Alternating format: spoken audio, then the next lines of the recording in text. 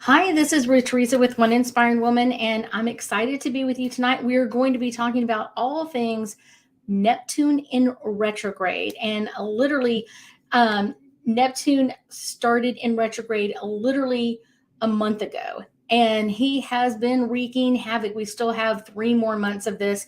So, we're going to talk about Neptune in retrograde. Hopefully, we'll have some people jumping on. I know we just started a second ago. Tell me where you're from. I want to know where you're from. I'm going to sneeze. I'm going to sneeze. I'm going to sneeze. I'm going to sneeze. I can tell it. It's coming. It's coming. It's coming. It's coming. I can tell the sneeze is coming. So let's talk about all things Neptune in retrograde. Um, Neptune goes into retrograde literally once a year for about 4 months, and so he's kind of spends a lot of time there. And this is kind of really makes them interesting for our dreams for literally a long period of time. It really does take a long period of time. And I will say that one of the things that's most interesting about Neptune in retrograde is how much Neptune in retrograde really affects our dreams. I mean, we're talking like I talked to people in the last month that I haven't talked to in the previous year. All of a sudden, they're coming out of the left and right and kind of like, oh my gosh, I'm having a dream about this, or I'm having a dream about that. So, kind of like, what is it that Neptune does? Neptune is really um, uh, basically is our planet of illusion and delusions, and kind of really brings things forward for us. So it's kind of really stripping away a lot of our illusions of things that we thought we knew, or things that we really like. I'm really sturdy in this. I really know what I'm talking about in this. And then all of a sudden something happens. You're like, wait, I thought I knew all of this. And delusions, kind of like, last year, I want to say in retrograde, I think it was, I had a client whose son was like, oh my gosh, I'm going to make money playing games. And during Neptune in retrograde, his delusion was like blown apart. It was just kind of like, oh my gosh, he realized he couldn't make money doing it. And the person he thought was making a whole bunch of money doing it was not making but a couple of $100, a year doing it and stuff like that. So it was kind of like that delusion of it. You kind of see that delusion coming out. I've been dealing almost all day with people that are kind of having their illusions, kind of things that we thought we were seeing, or things that we thought we knew, kind of like the delusion of it, kind of like fall apart. It can also bring up a lot of interesting dreams, and it can bring up dreams in many different ways. And that's what we're going to really talk about tonight. Is kind of like the dream aspect of it, because I think that's the thing that really affects most of us, is we start having these really bizarre dreams, and really kind of like chaotic dreams, or dreams that you're going like, what was I thinking, or why am I having this kind of dream, or what is this doing? And so it kind of brings up that. It also brings up false realities, like you think you can do this, or you hope you can do this, and then all of a sudden you're like, wait, I can't do this at all. Or this person said they could, and now I'm realizing that they were wrong. So it's one of those. I was talking to someone last night, and they had sent their car to a mechanic, and he was told like, oh yes, I can fix this. And it came out, no, I can't actually fix it, and you need to come pick up your car, kind of thing. Like, and it was like, he was supposed to be the expert in it. He was supposed to know all about it. And then it fell apart. And any of the false realities that have kind of like clouded your vision could be clearing during this time frame, and kind of giving you a great insight of what you want to bring to you, what you want to deliver to you, how do you want to do it. So kind of that interesting part of it is going to be coming around. So that's kind of the interesting part about Neptune in retrograde. I think Neptune in retrograde kind of goes every year, has kind of like a theme for some reason. And I know it has a lot to do with the planets that it connects with while it's in retrograde. This year, it's making aspects with the moon, Mars, and Saturn. So the moon is all about our emotions. So I have noticed for the last couple of weeks, I have been very emotional, crying over sad movies and stuff like that. So just kind of coming out more than normal. Mars, people kind of fighting or arguing over things that they normally would not be fighting over, kind of things like, okay, why are we fighting or arguing over this? And then Saturn, kind of like the structure of things, kind of like our infrastructure for our communities, the infrastructure for our counties and states and our United States. So kind of like all of that, kind of the infrastructure coming in there, and kind of like what is going to change and what is going to be really making some differences. And it really doesn't hit kind of like the Mars Saturn aspects until it's kind of like halfway through its cycle. So for another month. So August 28th, it'll be really in that hard aspect of kind of making some really strong energies with Mars, which is all about war or being in action. And then Saturn about structure. You're going to see more and more structure stuff come out, and kind of like, oh, the infrastructure of this building isn't going to support us, or the infrastructure of this business can't support our business. So that sort of thing kind of coming through. One of the things I found today which I thought was really interesting is this one. Okay. So basically, a lot of the outer planets go into retrograde for longer periods of time just because they're so far out there. Normally, Neptune's cycle lasts about 160 days, which is about 40% of a year. And then Mars is only in retrograde about 9% of a year, and Venus is in retrograde only about 7% of a year. So that's kind of like, wow, that's a lot of people. That's a lot of people. If you're joining in, let me know who you are and say hi to me. We will be doing some angel cards here in a little bit, but I want to talk about kind of some of the dreams. And I've had some people submit dreams to me, and I have kind of like the top 10 or 12 of them written out. So that'll be kind of an interesting kind of like, have you been having this dream as well? So number one thing out of everything that I've seen lately is a lot of people are having dreams about rats. I know, I was like, okay, that doesn't sound really cool, but it is. Well, rats kind of can come in with two different kinds of energies. Hey, Miss Selena, I miss you too. Rats can come in with a little bit of kind of like an interesting energy kind of thing. So rats can be something. Hey, Miss Gracetta, let's see. Rats can come in, and they can kind of like, if you're having dreams about rats, it can mean that you have things that are hidden. Because usually when you have rats in your house or around you, you don't see them. You may see their signs, but you may not see the rat itself. And this could also mean like people ratting you out at work, or people talking behind your back, kind of that sort of thing, kind of that kind of ratting out. So a lot of people are having dreams about rats. And I don't mean like little bitty tiny cute little mices. I mean, we're talking like big rats. One of my clients was telling me, say a week or so ago, that she had a dream that she walked into work and her boss was a rat. And I was like, ooh, that's interesting. And she said, I haven't figured out why he's like, and literally he's a rat and with a big old long icky tail. And she was just like, that's so interesting. And I was like, I know why. But she wasn't asking me why. We were just talking about kind of like some of the themes of dreams. So if you've had one of these themes, let me know. Rats is number one. And like I said, it's usually people ratting you out or talking behind your back, or things that are hidden from you, and now they're coming into vision. The next second one is snakes. Snakes have been really high, and I will say snakes are usually high on the dream list anyway, just because it's kind of an interesting aspect of it. So snakes are all about. So kind of like this interesting energy with snakes is that snakes, there's three things that I like to talk about with like each item. So you kind of have an idea of like where this is going to fit in. So one of the things is snakes move like no other animal on the world. So the way they move is different from everything else. So kind of the way their movement is. So that's what you're going to be looking for, is who's moving, you know what I'm saying, like, against the grain, or who's going against the kind of like who's moving differently, or who's not moving like everybody else. And I often think of like kind of the images that I get are sometimes like if there's a shootout or there's something going on, usually everybody else, all the people are leaving and the cops are running in. So they're kind of running against us. So they move differently than we do. Snakes can be something that is, because they have a forked tongue, a lot of them do, can be someone telling you that they're talking, like they're telling you one thing and telling someone else something else. So kind of that, like they're splitting what they're talking about. They're telling you one aspect and someone else something else. So that's kind of an interesting, like, interesting.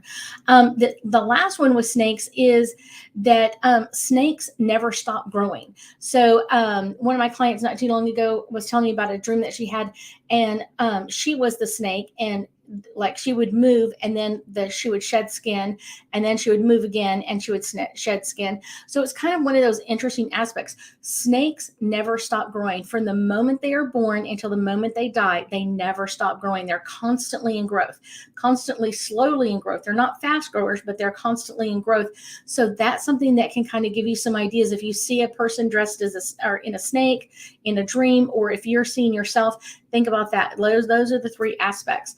So the next one, the number 3 thing, is dogs. A lot of people are having images or dreams about dogs.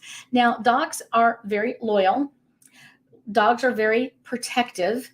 And dogs are very, you know what I'm saying, usually are always looking for that hierarchy, kind of like who's the boss. They always want to know who the boss is. And usually in a dog pack, it's the female. The female is the leader. And so that's where I get a lot of people are having dreams about, Selena's saying, lots of dogs and lots of dog poop. Yes. And so kind of that leader of the pack, and how does the leader of the pack deal with a lot of things, and are they feeling secure in what's happening? So if you're getting a dream that the leader of the pack is changing, there may be some leadership issues around you are going on kind of underneath the ground.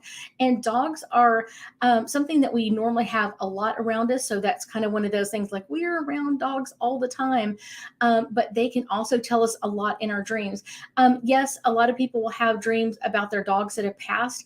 And usually it's one of those, like, think about that image of that animal that left you, kind of like, not right before they passed, but kind of like in the height of their life. How did you feel about them? That's usually what they're coming in to tell you, is like, I miss you and I love you, or I loved going on our long walks, or something like that. They're kind of letting you to come in there. The number 4 thing that a lot of people are having dreams about are bears.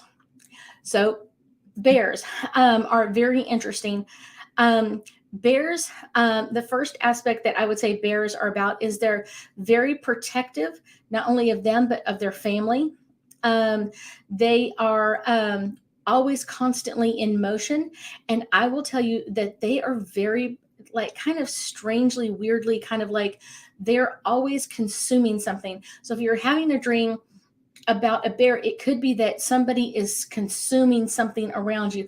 Bears constantly, from the time they wake up in the spring until they go to sleep in the fall, they are constantly eating. So it's one of those, what is that person consuming? What are they bringing in? How are they dealing with things? And I want to say a couple of days ago, I had a dream that a client was telling me about, that her husband was like consuming things in the house, and kind of literally like ate the cabinets and ate the refrigerator and ate the sink and ate this and that sort of thing. So she was just like, okay, that's the craziest dream. Well, it's all about that bear energy kind of consuming everything. And she was like, it's really strange. I was like, I know, dreams are really strange, and they can be very interesting. I'm going to get to yours in just a second, Sarah. I got it in my mind. I'll get to that in just a second. So number 5 is, and I've seen this a lot in the last couple of days, and a lot of people have asked me, like, does that mean I'm going to win? Lottery winning. I will tell you, I have heard more about people winning the lottery. And I will tell you that, first off, not everybody's meant to win the lottery. There are a lot of people that are not meant to win the lottery, and they think that they're meant to win the lottery, and they're going to do this and they're going to do that sort of thing. And sometimes it's one of those, sometimes when you have a dream about the lottery, so one of them is you are desiring or requiring a vast amount of money, because usually when someone dreams that they've won the lottery, they're never winning like $1,000. It's always like $1 million or $10,000 or $100,000. It's always this big sum of money. The next one is usually telling you that you're not consuming money well. You're not dealing with your money well, or you're having money issues. And everybody thinks when they're having money issues, if I get more money, I'll be okay. If I win the lottery and win $1,000,000, I'll be okay. Or what is it now? What is it? 1,200,000,000 or some weird something 1 billion or something like that dollars in the lottery now. So a lot of people are having that like, oh, this would solve a lot of my problems. And the thing is, though, yeah, it would, but you would still have the same issues. You would have a lot of money to spend, but then at the other side, you would have a lot of other issues as well. So that's kind of the interesting part of lottery winning. The other thing is when you're having a dream about the lottery, it's one of those, how are you dealing with it is the most important part to look at. How are you dealing with the lottery winnings? Do you go out and just blow everything and buy mansion and a whole bunch of cars and trucks and a boat and a whatever it is kind of thing? Or are you working it well? How are you dealing with the money that you win in your dream? How are you dealing with that is going to teach you how you are with money. How is your relationship with money? So number 5, I've seen this a lot lately, getting lost. A lot of people have been getting lost. I've seen it in different aspects. It doesn't really matter what location you're at when you become lost. One of them is like people get like lost in near rivers, near lakes, near deserts, water, whatever it is, all that kind of stuff. So it's kind of one of those interesting ones, is that understanding that when you're having a dream about being lost, you're lost. You feel lost. Hi, Miss Tony. When you're having a dream about not finding your way or getting lost, it's one of those, you feel like you're looking for something, and that's really what it is. You are looking for you. You've lost you. And so a lot of times when you have dreams about being lost, it's really you're the one who's lost. Even if you're looking for someone else, it's technically the dream is about you.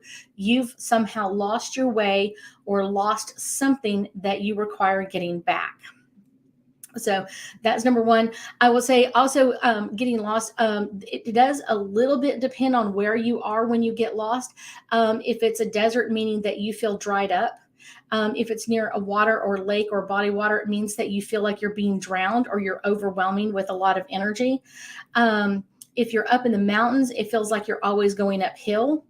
I think, is there any other one that I've heard of lately? Now, all of them have been like usually water or up in the mountains, kind of like there. So that kind of gives you an idea of kind of like what getting lost symbolizes in your dream. Let's see, 3, 4, 5, 6. So number 7 is going on a trip. I've had several clients in the last few weeks tell me that in their dreams, they're going on a trip. One of them showed up at the airport in her dream, and she had like this huge suitcase, like the size of a desk. Like we're talking like humongous. And she's like dragging this through the airport. And it's one of those, I told her, I was like, that has a lot to do with something that's really, really funny. So if you're having dreams about going on a trip, it usually means that you feel like somebody has taken something from you, and you have to go back and get it.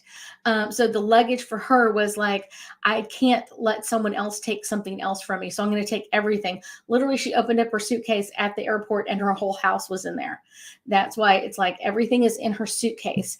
Also, going on trips can be about kind of one of those, depending on where you go, it could be that it's like a dream vacation or places that you would like to go that you've had an illusion that you're going to go and you're never going to get there, or you fear that you're never going to get there. So that's kind of that interesting part.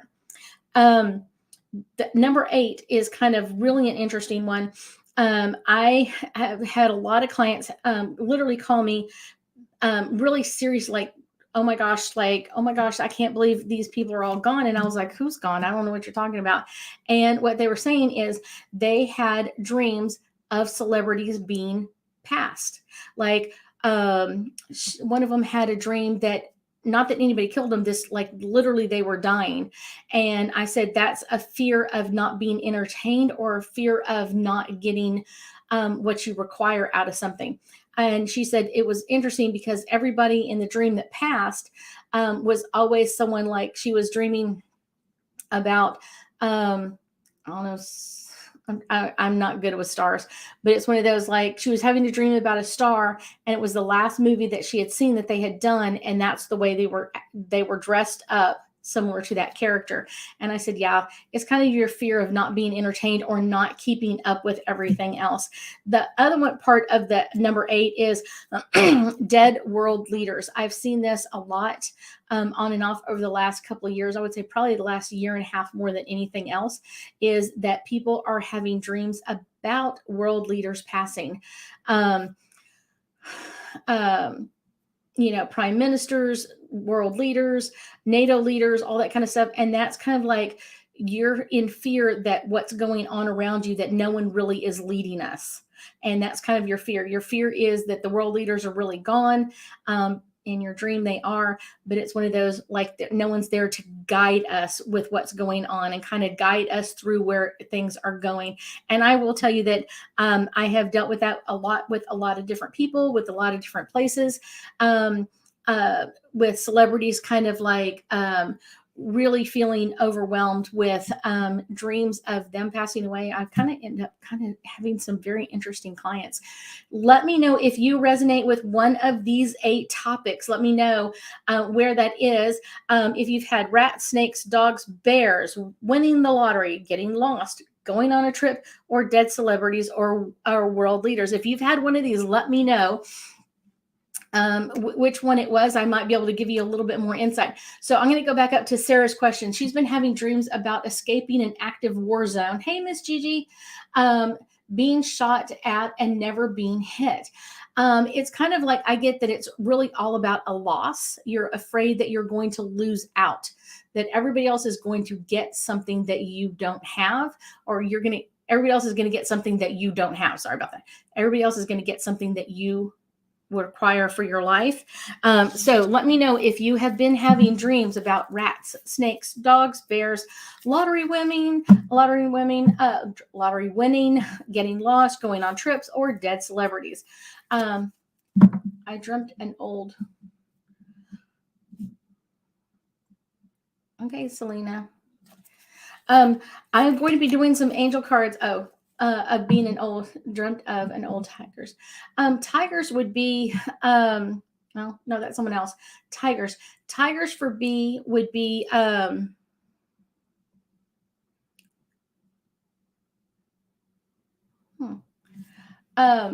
all about kind of like gathering what you require.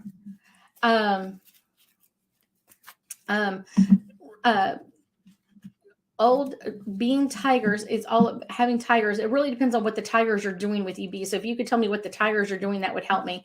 That would be if there's any setting with that, I will. Okay, so let's do this. Okay, so Selena is saying she dreamt of an old boyfriend that has stage 4 cancer. So what I would say is the cancer is kind of their unwillingness to change or unwillingness to move forward in certain areas. And it really depends on where the stage 4 is, because everybody knows, like, stage 4 is really like, it's kind of close to the end. Because there's really no stage 5. So it's one of those, that's part of it, is kind of like that old boyfriend is still stuck in that old energy kind of thing. B, give me some more information about your tigers if there's any location that will help me as well. Let's see. Miss Regina on Instagram is saying her dream stopped suddenly several months ago. Regina, what I get for you is the reason why it stopped several months ago is because of Sundance. For whatever reason, you turned off your dreams during that time frame, because you know that you're going to be in a lot of sweat lodges and getting clairvoyant dreams in there, and so you didn't require it, so you can ask them to bring it back to you. Shoeless is saying bears, not dreams, but they have been a hot topic for campfire stories. They have been around my home lately, and I currently podcast bear books for kiddos. That's awesome. Bears, like I said, are very amazing animals and very protective. And I think that's, Sheila, that's why you connect with them, is that you're very protective as well. Even if you're podcasting and you're kind of getting your name out there, you're kind of really, one of the things that you are really doing is moving forward in that of wanting to be protective or be protected in that energy field as well. And so that's a topic that you work on quite often, especially if you do it in many areas of your life. So if you're talking about like campfire stories, that's usually from childhood or being around other people that you love and care for, and then around your home as well. Sometimes you can draw in animals that you've dreamt about. You can draw them into your dream. But I would also say that most likely bears are probably your spirit animal or your spirit totem. So let's pull some angel cards. So caregiver Regina says, thank you. True. My awake time has been so otherworldly at this time. If you really wanted to bring your dreams back, I would ask, but you could also do a salt tub, and that would kind of clear up some of that being that energy as well. I'm going to do one more, and then we're going to do some angel cards about our dreams. Unless y'all have more questions, I need clear questions. B is saying, I was being chased by one and then caught. It was let's show it on the screen. Okay. B, I was being chased by one and then it caught up to me. I thought I was going to be bit, but it was not attacking me. I thought it was just tasting me, and then I felt being very affectionate. I feel like this is talking to be about your love life, that in the past, you have had several relationships that almost are like chasing you down or pulling you down in some way or aspect. So you're kind of like overwhelmed in that aspect of like they're running you over. And then you've also had many relationships that have bit you. Figuratively or literally bitten you in the booty, kind of like, oh my gosh, this is coming. And then also kind of like what you really desire is having that taste or that zest for life, and then feeling the affection afterwards. I know. Interesting. I love dreams because they can give you such amazing insights. So Sheila says, thanks. I love knowing that my bears, yes, bears are amazing animals. I love bears. It is not my totem animal. I thought I knew what my totem animal was, and that changed. If you were connected to my newsletter, I will have a whole write-up about totem animals and kind of like your spirit animals. So that's going to be a really interesting one.